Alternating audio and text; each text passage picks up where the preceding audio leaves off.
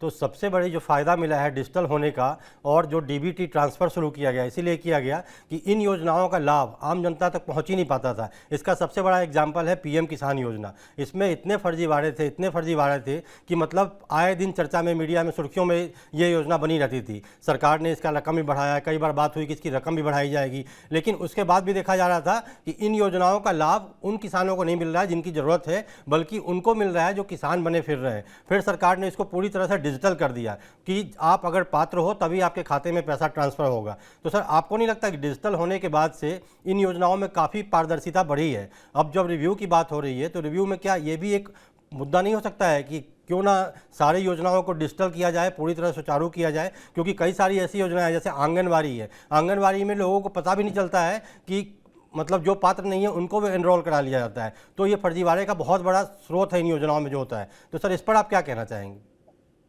नहीं नहीं, बिल्कुल। लेकिन क्या है कि डिजिटलाइजेशन से बहुत हद तक सरकार जो है वो फर्जीवाड़े को रोकने में कामयाब हुई है। जी। लेकिन अभी भी कहाँ का लीकेज है उसको आइडेंटिफाई करने की जरूरत है। सरकार को अपनी एजेंसियों की तरह उसको जो है आइडेंटिफाई करना होगा। अब आप देखिए, जैसे शौचालय के लिए, हर जी। घर शौचालय की एक योजना आई थी और लोग, सरकार ने उसके लिए पैसा भी दिया।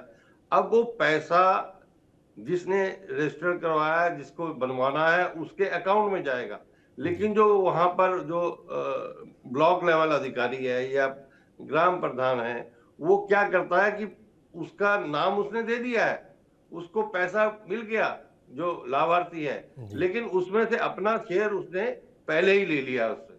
तो इस प्रकार के जो कुचक्र चलाने वाले लोग हैं, एक्चुअल लाभार्थियों से जो उनसे उनका हक छीनने वाले लोग, ऐसे लोगों को चिन्हित करना भी सरकार की जिम्मेवारी है। अपनी कोई एजेंसी ऐसी बनानी पड़ेगी कि जिसके तरीके से वो योजना अच्छी तरह से इंप्लीमेंट हो रही है और लाभार्थी तक बिना किसी रुकावट के पहुंच रही है। ये भी बहुत जरूरी है। और ऐसे लोग जो सरकार की अच्छी भली योजनाओं को बदनाम करवाते हैं, जी। उन लोगों को पनिशमेंट करना भी बहुत जरूरी है। जी सर, जैसा कि सर आपने बताया, अब हम उस योजना की बात कर रहे हैं जो कि एक सुपर हिट योजना है जिसका नाम है पीएम आवास योजना। ये अर्बन और रूरल दोनों जगह चलाए जाते हैं। खासकर रूरल में सरकार ने इस पे करीब करीब 23,000 करोड़ का बजट रखा है, 23 या 24, 23,294 करोड़ का। तो इन योजनाओं में जो होता है कि 1,20,000 रुपये आपको पहले मिलता है। वो केवल उनके लिए है जिनके पास कोई पहले से घर ना हो, कोई ज़मीन ना हो, मतलब वो जो बेघर हों, ये योजना उनके लिए है।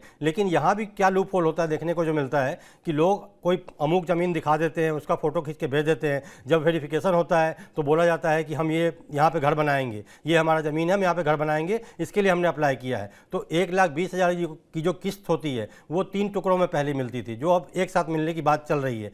तो इसमें 40-40 हज़ार की 3 किस्त होती थी, उसमें भी बड़ा लूप होल देखने को मिला था। तो सरकार ने अब क्या किया, इसका बजट तो बढ़ा दिया है, लेकिन वही जो रिपोर्ट्स की बात हो रही है, रिव्यू की बात हो रही है, तो रिव्यू इसलिए किया जा रहा है कि वहाँ भी कई था कि लोग शहरों में रह रहे हैं, शहरों में उनके नाम पे अपना घर भी है, लेकिन अपनी पत्नी के नाम पे या कहीं भी गांव में ज़मीन जिनके पास है, उसमें इन्होंने कई लोगों ने इसका खूब खूब फ़ायदा उठाया। तो इस पर अब सरकार की नज़र है, तो अब इस पर देखना है कि रिव्यू में क्या होता है। तो सर, इस पर ऐसी योजनाओं के बारे में आप क्या कहेंगे? जी नहीं नहीं, सर। बिल्कुल उसके लिए भी रिव्यू करना और जो फर्जीवाड़ा उसको रोकने की जरूरत है।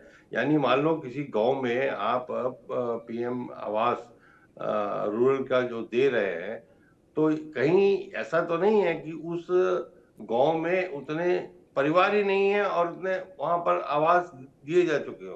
तो जी। ये भी डाटा के साथ कंपैरिजन और डाटा जो बेस है सरकार के पास, उसके साथ जो लोकल अथॉरिटीज है, लोकल, चाहे वो पंचायत हो, ब्लॉक हो, उन सारे अधिकारियों की रिस्पॉन्सिबिलिटी, अकाउंटेबिलिटी फिक्स करना कि अगर कहीं गड़बड़ होती है तो वो उसके लिए लायबल होंगे। यानी वो जो घपला कर रहे हैं या वो जो उसमें हेराफेरी करते हैं, तो उनकी अकाउंटेबिलिटी भी फिक्स होगी। तभी ये योजनाएं जो है अच्छी तरह से इंप्लीमेंट हो सकती हैं और जो एक्चुअल, जो निजी, जो वाकई नीडी लाभार्थी हैं, उन तक पहुंच सकती हैं। और लेकिन सरकार के पास पहुंचाने का तरीका यही है कि सरकार राज्यों के दिए, राज्य नीचे डिस्ट्रिक्ट, डिस्ट्रिक्ट से नीचे पंचायत, ब्लॉक, उस चेन में ये जाता है। लेकिन उस सब जगह पर एक अच्छे जो एडमिनिस्ट्रेटर ईमानदार एडमिनिस्ट्रेटर वो रहेंगे, लेकिन उनके ऊपर चेक ये हर योजना के लिए ये बहुत जरूरी है कि ताकि उसका इम्प्लीमेंट, मतलब योजना सरकार की बहुत अच्छी है, सरकार पैसा दे रही है, लेकिन अगर इम्प्लीमेंटेशन में अगर लीकेज है, लूप होल है, तो वो सारा जो पैसा है, सारी योजना है, वो बेकार हो जाती है और लाभार्थी जो है, जो नीडी है, उसकी जगह पर दूसरे लोग उसका फायदा उठा जाते हैं।